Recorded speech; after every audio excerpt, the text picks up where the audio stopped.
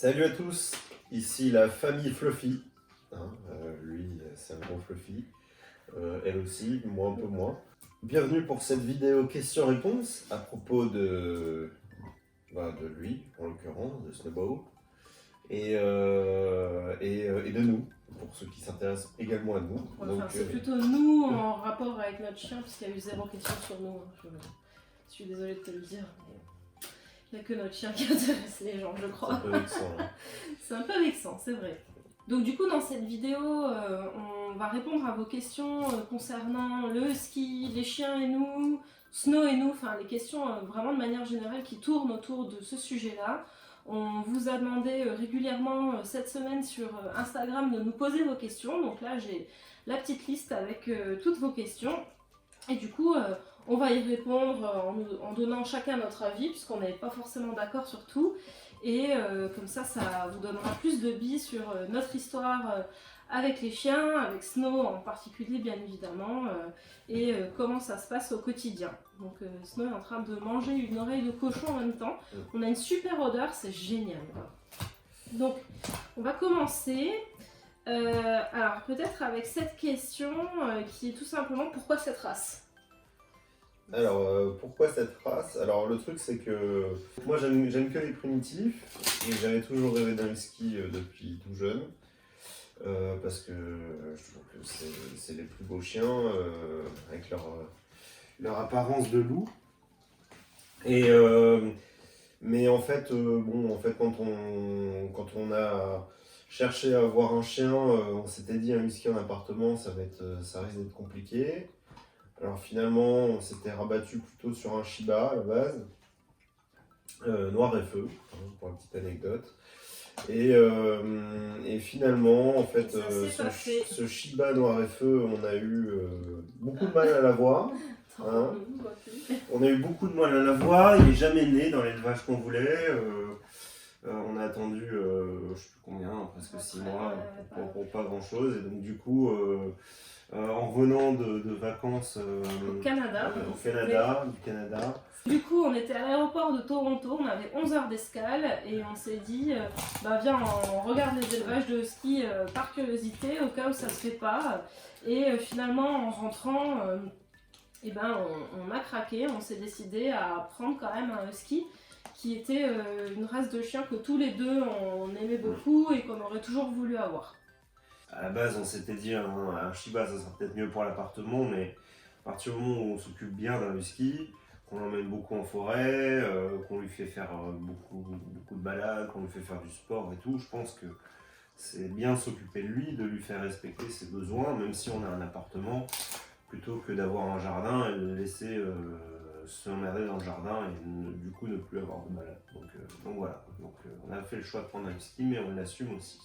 Ouais, c'est clair. Du coup, on a eu une autre question qui est où avez-vous eu Snow et pourquoi là-bas? Donc je trouve que c'est un peu dans la lignée de la question précédente.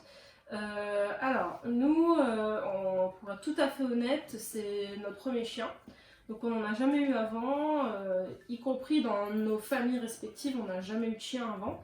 Donc on n'y connaissait strictement rien au milieu de l'élevage, aux chiens, à tout ce qui est test, dysplasie, etc. C'est des choses dont on n'avait aucune connaissance vraiment pour le coup.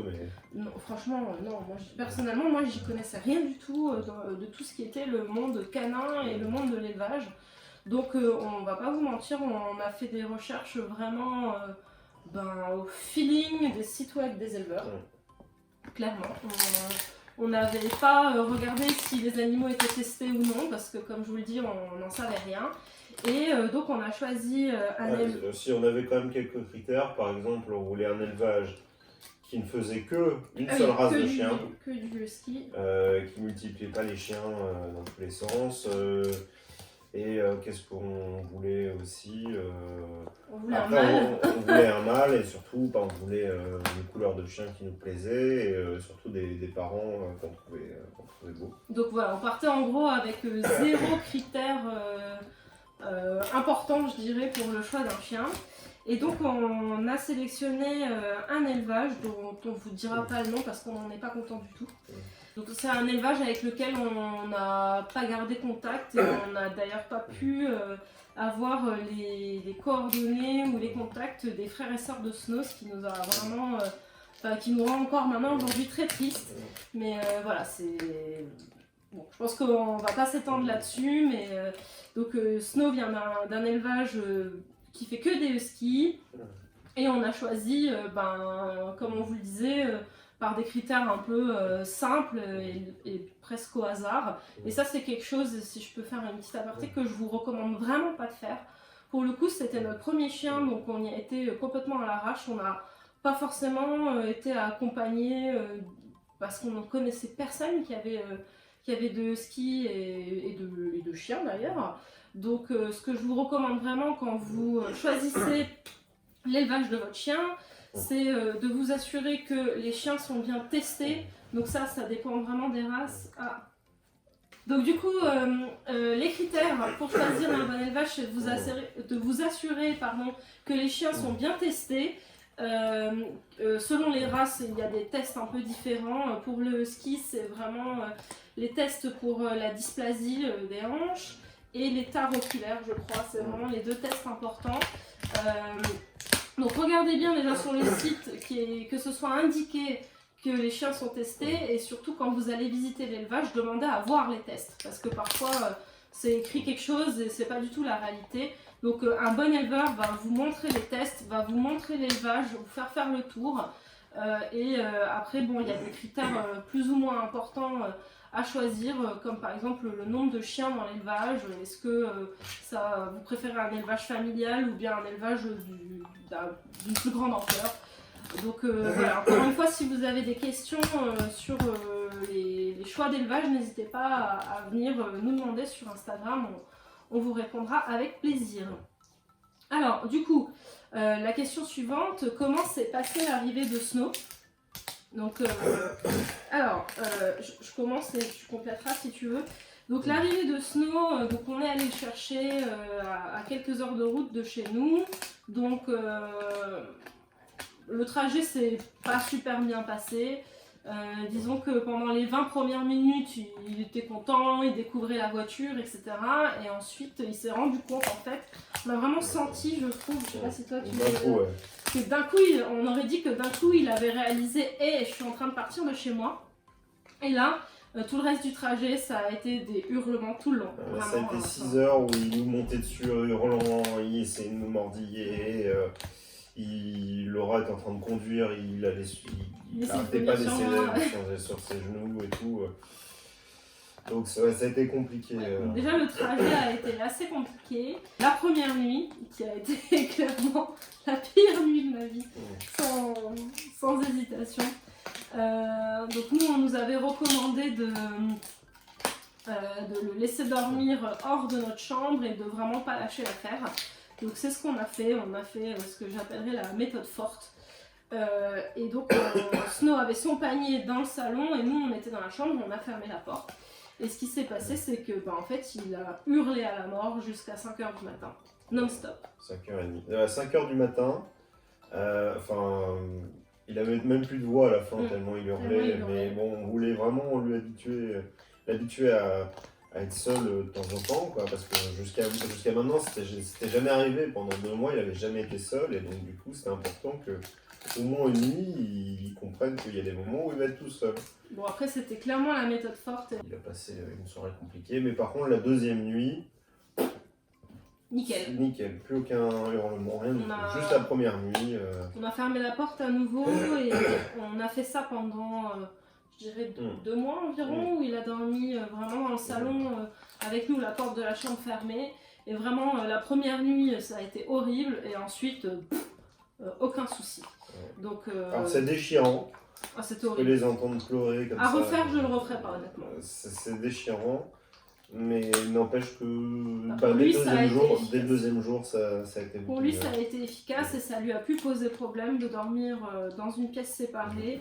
Bon, sachant qu'aujourd'hui, c'est open bar, il dort où il veut. Donc, voilà. Au final, on se dit avec le recul qu'on lui a un peu fait subir ça pour rien, puisqu'aujourd'hui, il dort la première partie. C'était pour l'habituer à être tout seul. Oui, aussi, c'est sûr, mais c'était un peu une manière forte, je trouve. Et aujourd'hui, il dort la première partie de la nuit dans la chambre à côté du lit, et ensuite il va dans le salon, là où il dormait depuis bébé, ou sur le canapé. Donc voilà, il passe même pas la nuit entière avec nous finalement.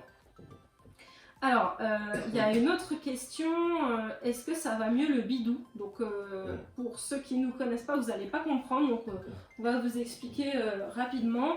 Donc, Clément a commencé à le dire tout à l'heure, mais quand on a accueilli Snow à la maison, on a accueilli un chien malade, ce qui est d'ailleurs une des raisons pour lesquelles on ne recommande pas notre élevage.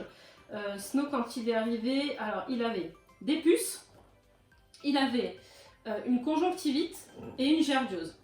Donc les deux premiers problèmes, ça a été vite résolu en quelques jours, c'est pas vraiment grave.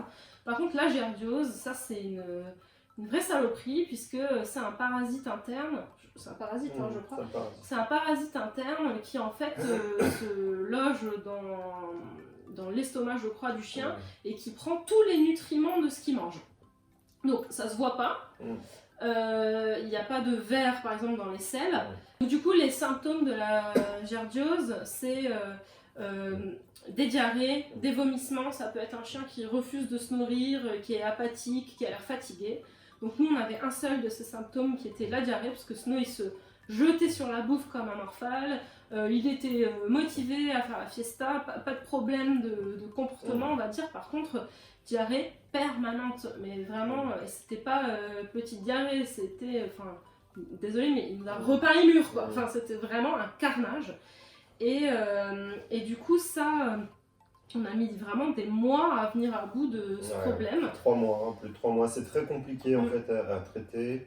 Il faut nettoyer l'intégralité de l'appartement tous les 2 jours, mais ça on nous l'a dit très tard, avec un produit spécial hyper agressif sur le sol. Donc lui, il faut le changer de pièce pendant je sais pas combien de temps, parce qu'en plus ça sent fort. Il faut lui faire prendre un bain, je sais combien, tous les 2 jours aussi, je crois. Ouais, il faut le nettoyer régulièrement. C'est hyper Parce qu'en fait, le parasite, à partir du moment où il va faire ses besoins, par exemple dans le salon, il va y avoir des petits éclats partout. Snow nous abandonne. Allez, vas-y, file bestiole. Voilà, il a eu sa pitance, on l'intéresse plus. Bon. Donc du coup, qu'est-ce qu'on disait? Quand le chien par exemple fait ses besoins, il va y avoir des petits éclats partout qui vont rester, et du coup le vrai problème c'est qu'il se réinfecte en permanence. Et que dès qu'il bouge, s'il en a par exemple sur les pattes, qui va sur le canapé, et ben en fait il va en mettre sur le canapé, et quand il va venir lécher le canapé, il va le rechoper. Donc c'est vraiment un truc trop chiant à guérir. Fallait nettoyer le canapé quasiment tout le temps. On a passé des semaines. Il avait pas le droit d'aller dans la chambre pendant plusieurs mois et tout. Et le traitement, il est dur, quoi. Il est lourd, ouais. Il est assez lourd, Donc du coup, ça c'est une maladie qu'on a mis un peu de temps à diagnostiquer aussi, puisque les premiers vétérinaires qu'on a vus étaient vraiment pas top. Ils n'ont pas vraiment pris ça au sérieux, et ensuite heureusement on a trouvé une véto qui était au top, qui a vraiment fait toutes les analyses qu'il fallait, qui nous a donné tous les traitements, et donc on a réussi à vaincre ce problème là. Donc il y a eu aussi on pense qu'il y a eu un petit souci sur la croissance de Snow à cause de ça. Ça c'est la vétérinaire qui nous l'avait dit, qu'il pouvait y avoir un retard de croissance parce que le chien n'a pas assez de nutriments justement pour grandir correctement. Donc aujourd'hui il est en pleine forme et tout, mais il y a un moment où on s'est posé la question. Il grossissait pas beaucoup pendant longtemps, pendant les 3 premiers mois, il n'a pas pris beaucoup de kilos, il était en retard sur la croissance et tout, et en fait à partir du moment où il a été traité, ça reparti. Mais bon voilà, ça a été compliqué, ça nous a coûté très cher. Le vétérinaire, les 2 premiers mois, c'était vraiment tendu. Donc, c'était un peu chaud. À ça, c'est ajouté un deuxième souci qu'on a mis aussi encore plus de temps à détecter, parce que c'est un peu particulier. C'est que en fait, Snow était intolérant au poulet. Donc alors ça, c'est un peu rigolo comme ça quand on le dit. Mais le problème, c'est que la plupart des croquettes sont composées de poulet, la plupart des friandises sont à base de poulet. Et du coup, quand on a réussi à soigner la gerbiose, on s'est rendu compte que c'était toujours pas terrible en fait au niveau des selles. Donc on a essayé 2 ou 3 marques de croquettes pour commencer en changeant. Ensuite, on s'est dit, bon, on va essayer de le mettre au barf. Peut-être qu'il ne supporte pas les croquettes, les protéines qu'il y a dans les croquettes, tout simplement.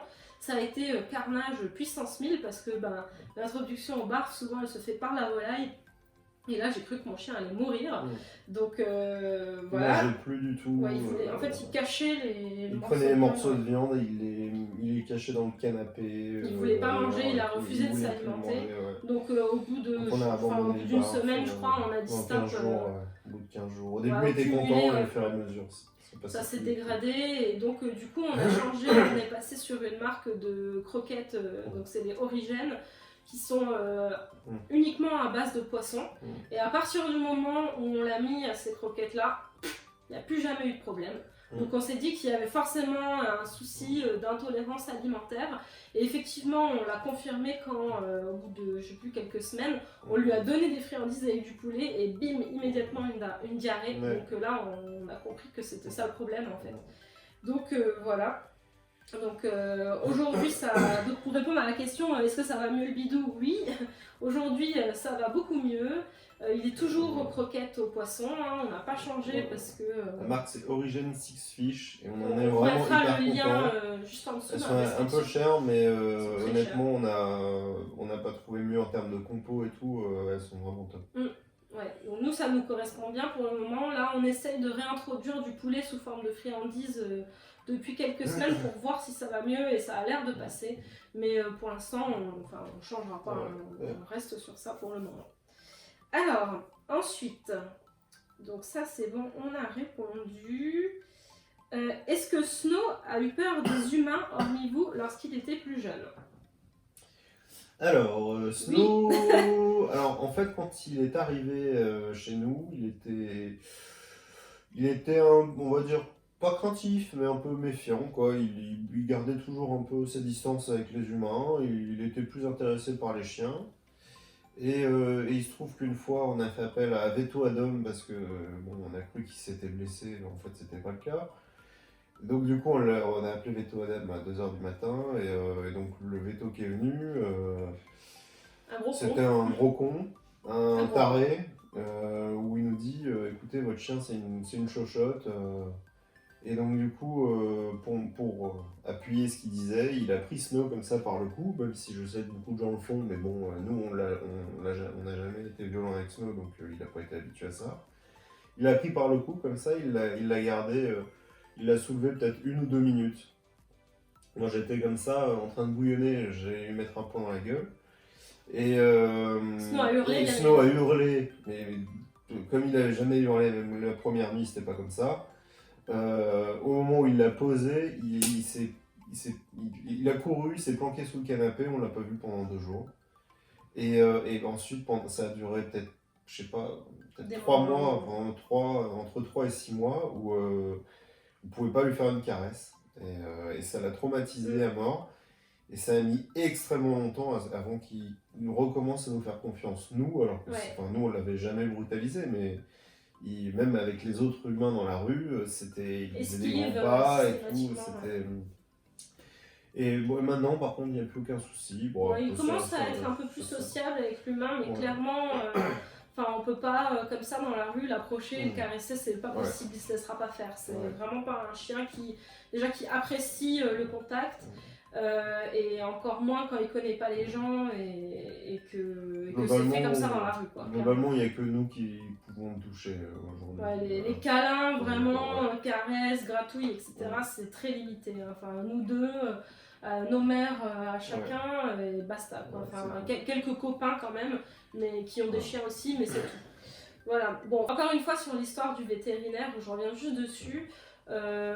Nous, et c'est sûrement le cas de beaucoup de personnes qui ont un chien pour la première fois, un peu bêtement en fait, on a fait confiance aux vétérinaires, aux éducateurs, à l'éleveur. Enfin voilà, on s'est certainement pas assez renseigné au début. Et cette histoire-là où il l'a soulevé par le cou, clairement aujourd'hui, si ça se passait, le mec, je le foutrais dehors de chez moi immédiatement. Mais là, sur le coup, on s'est dit, c'est le veto, il sait ce qu'il fait. Et ça, c'est des choses que, personnellement, je regrette énormément d'avoir laissé faire, parce que la preuve, c'est qu'on a dû reconstruire une confiance avec Snow après. Alors ensuite on nous a demandé de parler du caractère de Snow de manière générale. Donc tu veux peut-être y aller. Alors, Snow, c'est un chien extrêmement gourmand. Ça, La preuve, vous ouais, l'avez eu c'est- juste avant. Si on n'avait pas amené l'oreille, il serait jamais venu avec nous. Là, il est dans le jardin et comme ça. Et voilà, on a amené l'oreille, il est devenu fou, il est venu. Mais bon, c'est compliqué. Donc déjà, ouais, très gourmand. C'est vraiment un filou. Dès qu'il y a un peu de bouffe en jeu, il va tout faire pour l'avoir, mais par tous les moyens, même si on lui a quand même appris avec sa gamelle et tout, il faut qu'il s'assoie, il attend qu'on lui donne l'ordre et tout. Là-dessus, il est très obéissant. Il a tendance à être un peu, on va dire, un peu distrait, quoi. Quand on est en balade, on n'existe plus. C'est Moi, je vraiment dirais- ses odeurs, les autres chiens et la chasse. Voilà. Ouais, ça, c'est tout une ce qui question qui l'intéresse. arrive après, on en C'est tout parlera. ce qui l'intéresse. Et je rajouterais aussi qu'il est hyper curieux. Ça, Ouais, enfin, ça, ouais. pour moi, c'est vraiment un des traits de caractère principal de Snow. Gourmand, oui, numéro 1, ça c'est clair. Mais surtout hyper curieux. Donc quand on est dehors, il veut absolument aller tout sentir, tout voir. Dès qu'il y a un chien, il faut qu'il y aille. Et même à la maison, dès qu'on fait quelque chose, si par exemple je suis en train de bricoler quelque chose, bah, il vient tout de suite voir qu'est-ce qu'on est en train de faire. Si Clément et moi, on est en train de faire une activité, de faire à manger, etc. Là, avec mes parents, c'est pareil. Dès qu'ils font quelque chose, il arrive, il faut qu'il voit, qu'il observe ce qui est en train de se passer. Donc, ça, c'est vraiment une de ses caractéristiques principales, je dirais.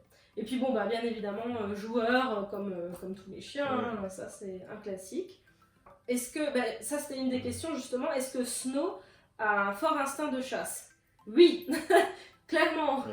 Alors c'est pas forcément le cas de tous les huskies, parce que bon, on en connaît pas mal nous dans nos proches, c'est pas toujours le cas.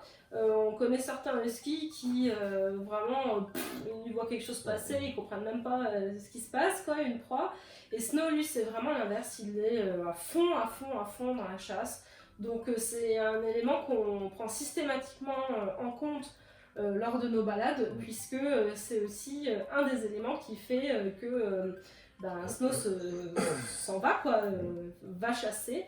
On en reparlera après de la fugue et le ski, mais c'est vraiment quelque chose qu'on prend toujours en compte. Pour vous donner une anecdote, il y a 2 jours de ça, on était en balade, on le lâche, il voit au loin des oiseaux, tout de suite on voit l'attitude qui est en train de, dans sa tête, ça switch, c'est je mets les œillères, je vais chasser, j'écoute plus rien.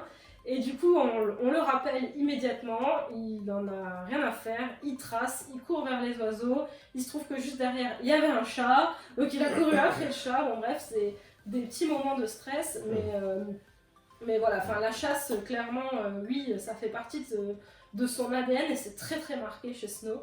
Il nous a déjà tué 3 corbeaux, enfin bon, à chaque fois, quoi. Dès qu'il peut, les mouches, les musaraignes, enfin tout ce qui traîne et qui est chassable, il y va, quoi. Ça c'est clairement dans son caractère. C'est un vrai jeu pour lui. Alors du coup, on peut parler de la question, parle-nous du cliché sur le rappel du husky. Alors, Quel cliché. quel cliché. Il est nickel le rappel. Non, pas du tout.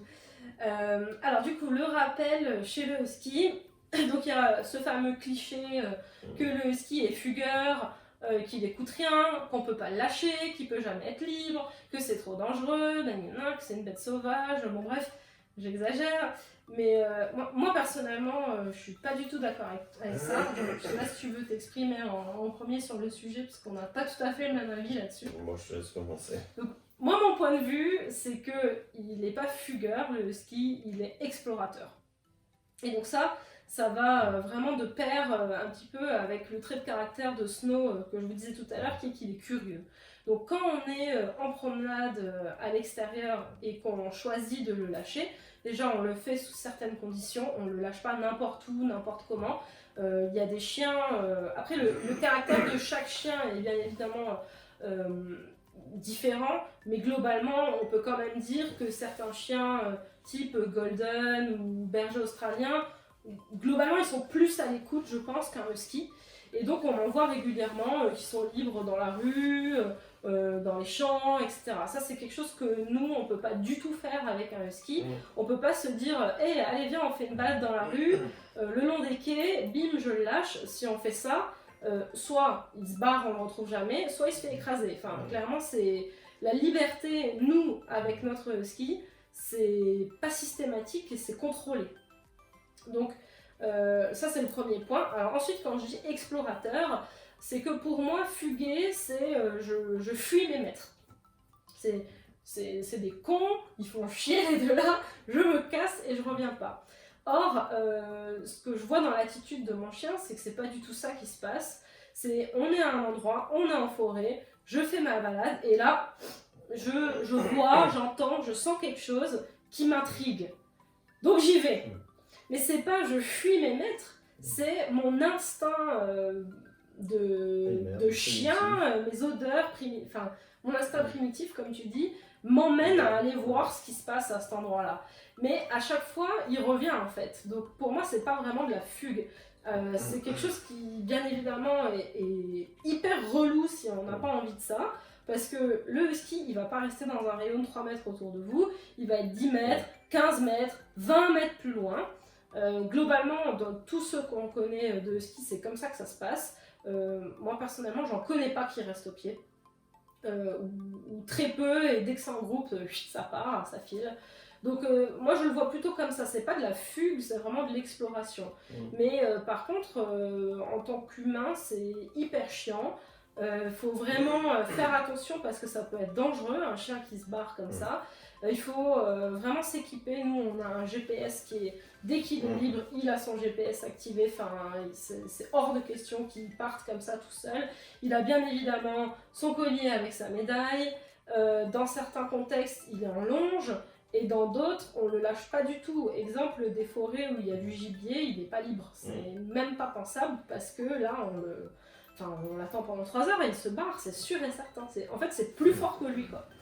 Donc voilà, ça c'est ma vision à moi. Je sais pas si toi tu... Ouais, moi je partage ta vision. C'est quand même... Quand on dit que c'est pas des chiens faits pour des gens qui n'ont pas l'habitude, pour qui c'est le premier chien, ça c'est vrai, honnêtement. C'est dur, c'est super. C'est des chiens, on va dire, hyper fatigants. Parce que pour le coup, c'est des balades où il faut être hyper concentré. Parce que à tout moment, il peut valser, quand il est libre en tout cas. Et même en laisse, c'est des chiens voilà, qui sont intéressés par ce qui se passe de l'autre côté de la rue. On a beau lui apprendre de marcher sur le trottoir, il y a des fois, c'est pas possible, c'est naturel. S'il y a un chien qu'il apprécie qui est en face, il faut qu'il aille le voir, c'est toujours comme ça. Donc ouais, c'est des chiens où il faut être sans arrêt concentré et pour le coup, le husky, c'est un chien qui s'éduque toute sa vie. C'est pas acquis. Même s'il connaît tout, il sait tout faire. C'est des vagues. Je pense que je l'ai vachement bien éduqué, mais c'est juste qu'il y a des moments où son instinct est plus fort que l'obéissance. Et avec la façon dont on a choisi de l'éduquer, donc c'est-à-dire on refuse la violence avec lui, une éducation positive. Je pense que ça lui laisse, on va dire, une certaine liberté de faire des conneries et donc du coup on accepte délibérément de prendre ce risque-là et donc du coup on refuse de le lâcher dans des endroits qui sont, on va dire, à risque. Ouais, voilà, c'est ça. Donc moi je conclurai en disant que de 1, chaque chien est différent. Pour nous, c'est vraiment un chien avec un fort instinct de chasse, donc du coup, un fort instinct d'exploration, mais c'est tout à fait gérable, et oui, on peut lâcher un husky, mais dans des conditions qui nous conviennent. Ou si son caractère le permet. Après, c'est pas le cas de Snow, mais nous, il est libre, il est libre au moins, en moyenne 2 jours ou 3 par semaine, on fait une balade où il est libre, mais c'est dans certaines forêts, certains chemins, jamais en ville, jamais en ville.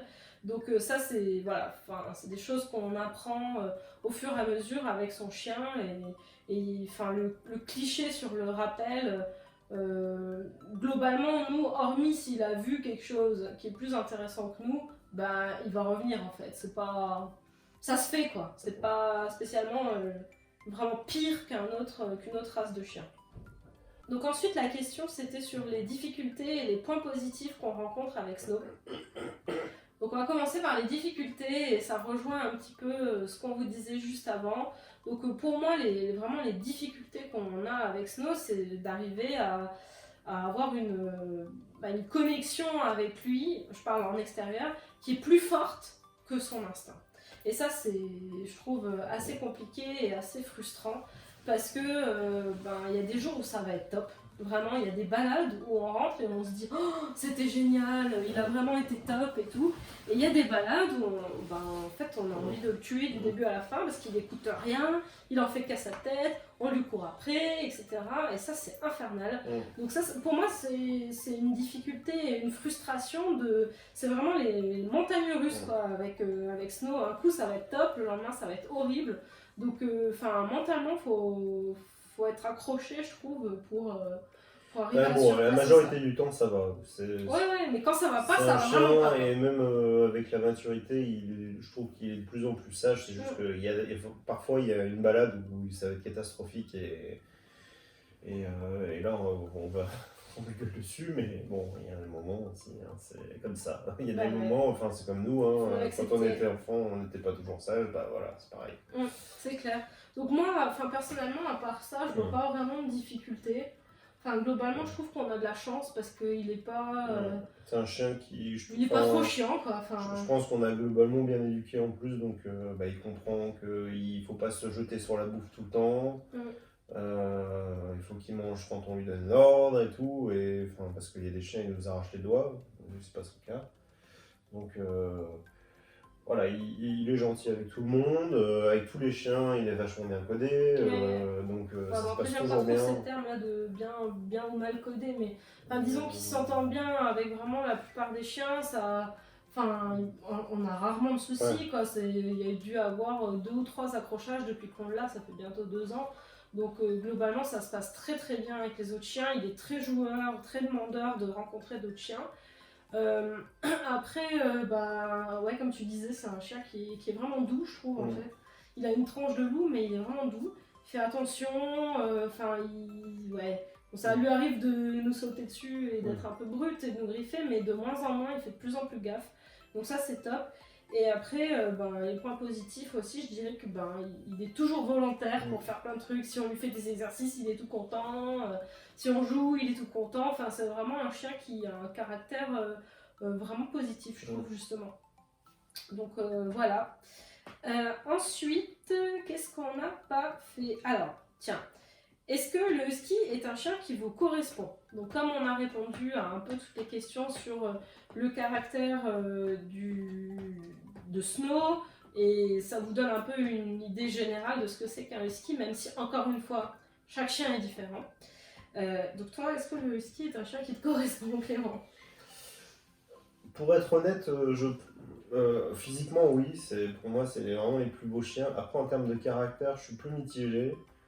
Je trouve que, comme je te dis, c'est des chiens qui sont fatigants, qui parfois nous poussent à bout dans les balades, notamment en libre.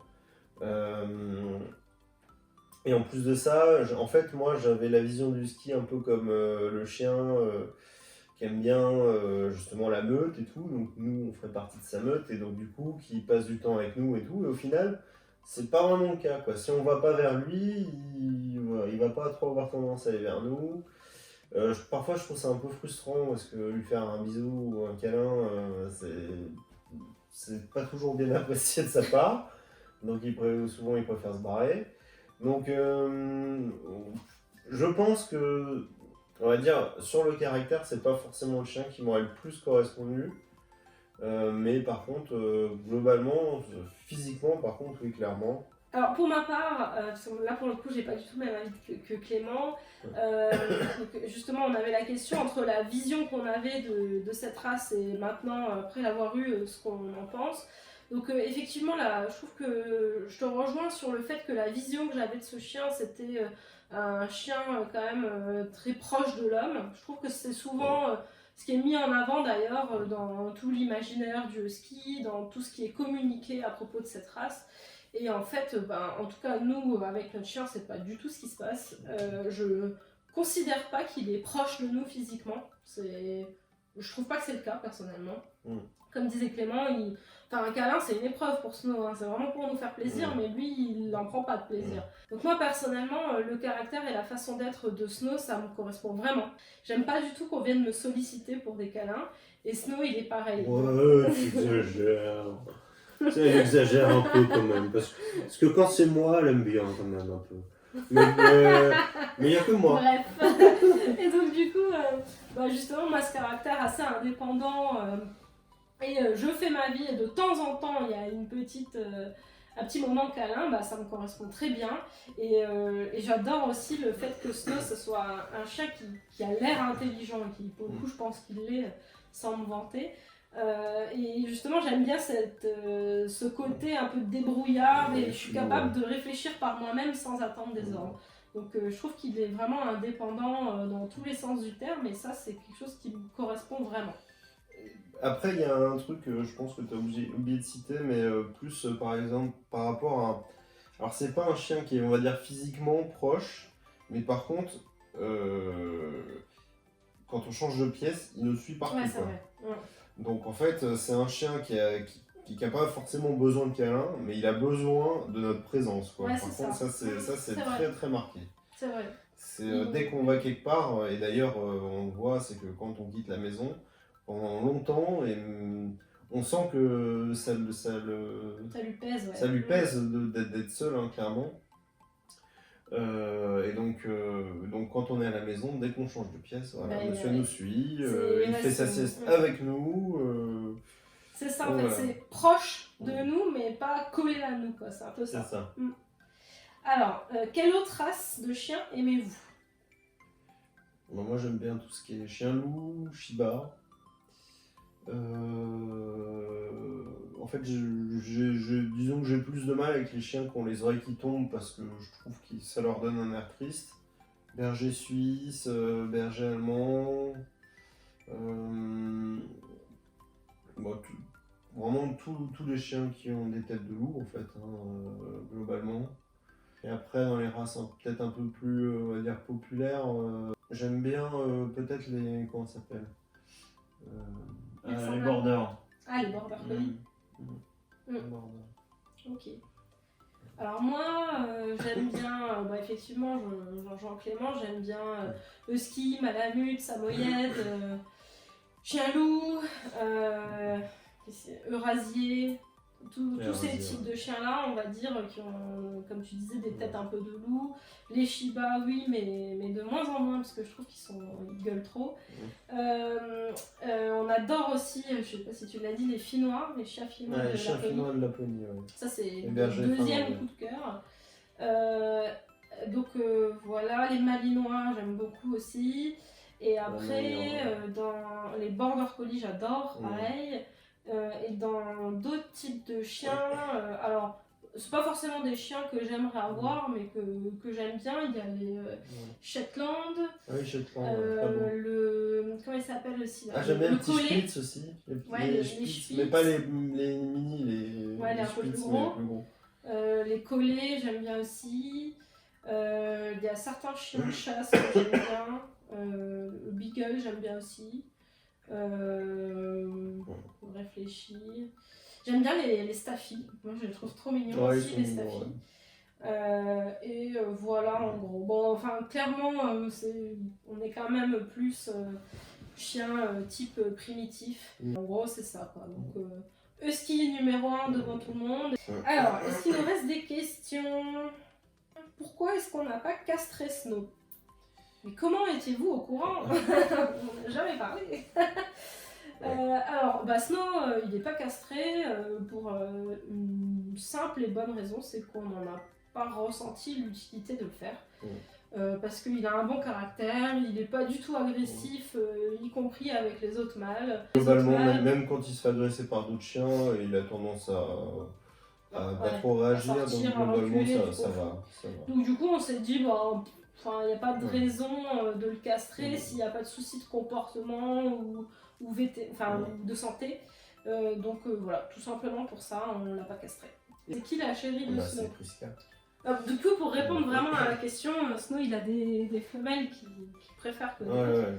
Donc il y a... Le Cotton, qui est C'est voilà, un chien c'est de un chien de chasse chasse. anglais.